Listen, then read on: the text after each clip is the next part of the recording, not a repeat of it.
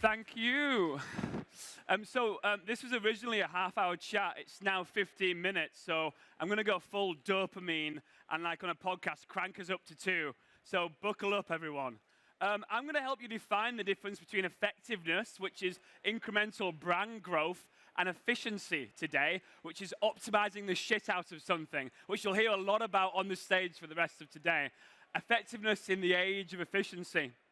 So, where do I point this thing? Over here? Oh, I'm losing precious seconds. Any idea,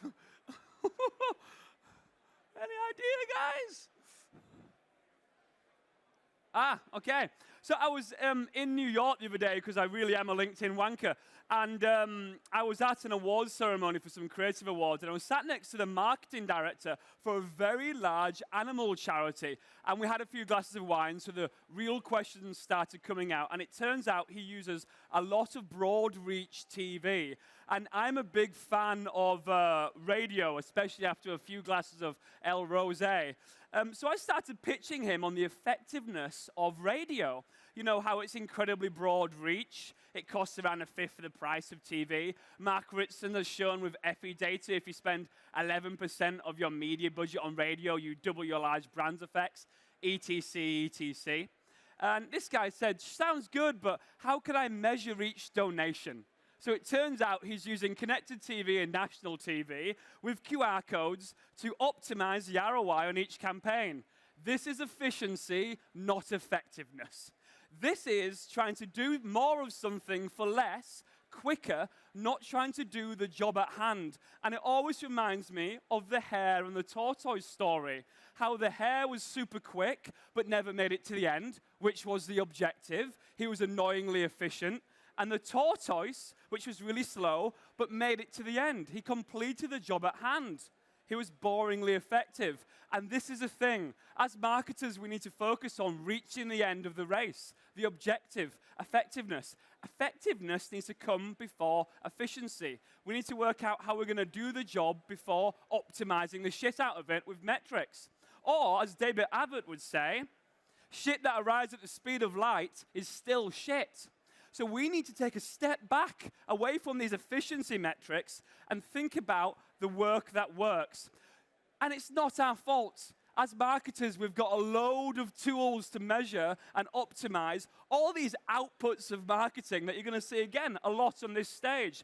I've adapted this model from IAB's 2021 toolkit, which looks at different jobs to be done across the marketing funnel, across different time frames. We have attribution, which you can only whisper now in the halls of big FMCGs.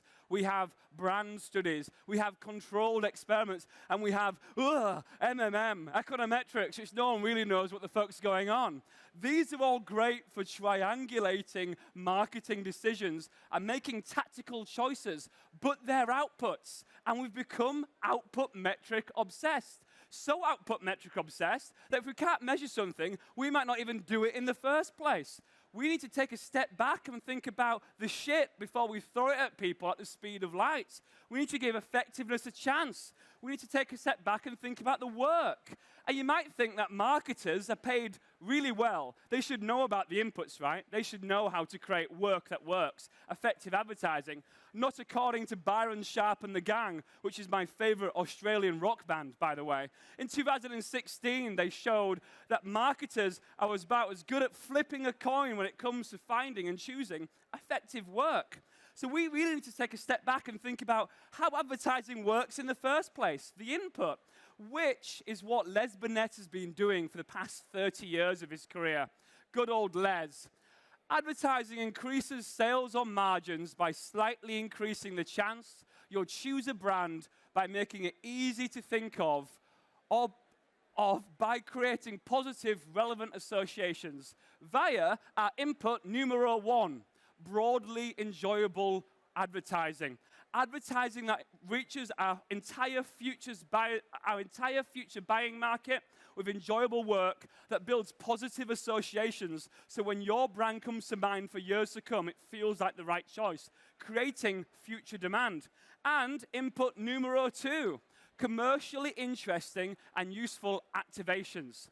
Advertising that's heavily branded and speaks to those already in the buying mode, delivering messages that are useful and interesting to inspire some kind of emotional engagement to change short-term behavior. These are our inputs of effectiveness. And we need to take a step back and think about these inputs. Give the shit some thought before the speed of light. And that, luckily, is what System 1's been doing for the past 20 years. We measure the second-by-second emotional response to advertising and brand response to understand if it's going to do the job we need it to do, to give the work some thought, to give effectiveness some chance. We turn this data into our 3 predictive metrics. We have star rating, which predicts long-term effects. Is that advertising broadly enjoyable by your future buyers market? And that measures largely the positive emotional response to advertising. Will it create future demand? Our second metric is spike rating. It predicts the short-term effects of advertising. Will it capture that in-market demand? Is that advertising well branded? And does it stir some kind of emotional engagement? And thirdly, our fluency rating. Does anyone even know it's you? Percentage correct brand attribution. And with this, we help advertisers understand whether the work's going to do the job we need it to do in the first place before optimizing the hell out of it. And with this, we take a step back and we've got a new holistic effectiveness model. It gives advertisers a chance to think about the work before optimizing it. Effectiveness before efficiency, the inputs before the outputs. Now, this brings it on, because it's awards season, it allows us to look at the damage that this over-reliance on output metrics and efficiency has had on our industry. And this isn't a new idea. Peter Field, not Les Burnett, I always get those two mixed up, young rascals. Peter Field and the IPA spotted this 5 years ago. They noticed that campaigns in the IPA data bank were getting more short-term focus and brand-building budgets were decreasing. They noticed that creative awards were starting to become more short-term focused as well, with this rise in short-term work winning creative awards. This is dangerous because creativity pays off more in the long term. So they saw this erosion of ESOV efficiency, whether every pound spent on creatively awarded work was going to grow market share more. This is the damage that this over-reliance on efficiency was having. And you'll notice here that this trend is dangerously heading to zero in 2018. And we really want to know if this trend's carried on right. And System 1 just so happens to test every UK TV ad and most US TV ads. So we have the data, and I'm afraid to say, guys, it's not good news. So, on my big reveal, there we go. So if we look at the long-term effectiveness of all advertising, it's actually not great. We see actually around 50% of work doesn't really create much future demand at all. And if we take a step back to 2018, we can see creatively awarded work was actually more effective for a time at building those important, positive, branded memory structures. But in the past 3 years, creatively awarded work has become average. This age of efficiency has eroded long-term brand building with advertising. And a creatively awarded ad is about as good at building future demand as any ad at all. Now, in the year that WARC, I told you this was 2 times speed. I need to sit down after this one. In the year that WARC has said that meta spend has finally overtaken the spend on linear TV, I want to tell you something that isn't the answer to this erosion of effectiveness, and that's digital engagement metrics. And to answer why digital engagement metrics are not our saving grace, we have to answer my personal favorite question. What the fuck do Rossa Reeves and digital engagement metrics have in common? So let's take a step back to the original digital engagement metric, and that's click-through. Meta have been screaming for 10 years that digital click-through does not lead to brand outcomes. Digital media needs to be used to reach and engage and make enjoyable content with broad audiences, and click-through has got nothing to do with that. And a few weeks ago, Meta released some data which showed that click-through wasn't just shit, it's ageist. So the older you get, the more likely you are to buy something after clicking on a digital ad. And the younger you get, the more likely you are to buy something after viewing an ad. That's right, view-through is up to 6 times better at predicting purchase than click-through. Now, does that mean that view-through is a great metric for effectiveness? Hell no. and I'll have to get my friend Rossa Reeves to explain why. This is the infamous Apple iPad ad, tested with Apple owners and non-Apple owners. Apple owners love this ad, lots of engagement, lots of positive emotions. It's actually one of the most effective ads for long-term brand building in our database when it's tested with Apple owners. Non-Apple owners find this ad incredibly tedious, and when they do engage, they find it very offensive. It's actually one of the least effective ads in our database when tested with Apple owners.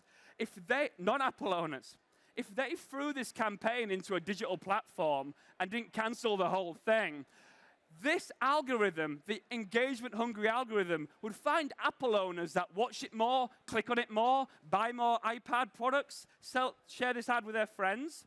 And then when you'd look at the ad, they'd be buying more iPads. Would that be because they viewed it through? Hell no, it's because they're Apple owners. And that's the mistake Rossa Reeves made all those years ago, the Rossa Reeves fallacy. He thought that if you asked people if they could recall an ad and then checked if the ad recall group had brand buyers or non-brand buyers in it, you could tell if the ad worked. No, if you buy a brand, you recognize, you remember, and you engage with their advertising more. And that's why engagement metrics, digital engagement metrics, are flawed when it comes to effectiveness. That is not how you can tell whether your brand is getting incremental gains. It's just finding the easiest people to buy your brand.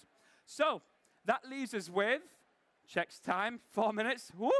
That leaves us with the 2 effectiveness questions to ask in this age of digital efficiency. How do we achieve broad reach on digital, and how do we attract broad attention on broad reach media? Well, I've already given you guys the answer. It's a holistic effectiveness model. We need to think about the inputs before the outputs, the shit before the speed of light. We need to reach broad audiences with enjoyable work. We need to entertain for commercial gain. This isn't a new idea. Orlando Woods, System 1's Chief Innovation Officer, has been shouting about this for 10 years now. He's defined these entertaining creative features as broad beam creative features, the kind of features with character, incident, place, humor, melody. These features entertain for commercial gain. They grasp our broad attention. Directly opposite, we have these narrow beam features, flatness, monologue, unilateral communication, abstract product features. These features grasp at a sale. They don't entertain. And Orlando Woods actually shown that these narrow beam features literally work differently. They build less emotion and they build less attention. Drastically different, we have the broad beam features, these features that entertain for commercial gain, that are more associated with attention and are more associated with emotion. The answer is simple. We must entertain for commercial gain. Now, bringing us into the real world, the modern world, we went and put this into practice. And thinking about the inputs before the outputs, we tested a lot of work on Pinterest, and we saw that ads with a higher than average star rating, i.e. those ads which are broadly enjoyable, ads which entertain for commercial gain, end up getting the outputs right. Higher ad recall, more action intent lift, higher return on ad spend. If you get the inputs right, the outputs follow. And it's the same thing with attention as well. We saw in our testing of a lot of Pinterest campaigns that ads which were able to attract and sustain broad attention led to greater outputs as well, greater ROAS and sales lift.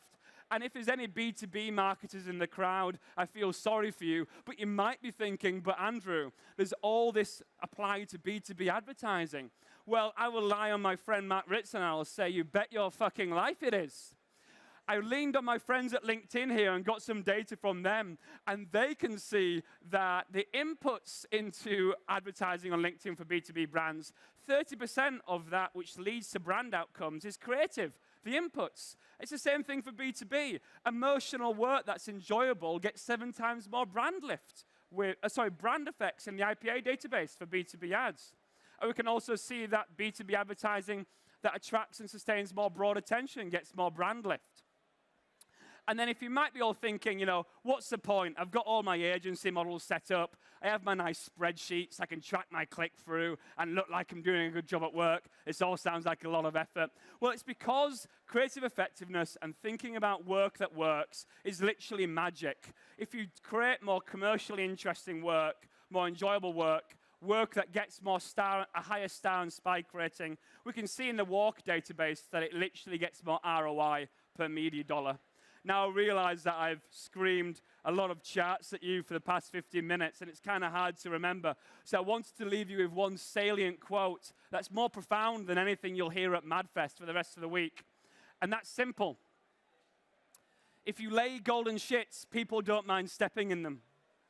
But if you like all the charts and you want the citations and the full deck, you can scan this QR code and get it for free. Thank you, guys.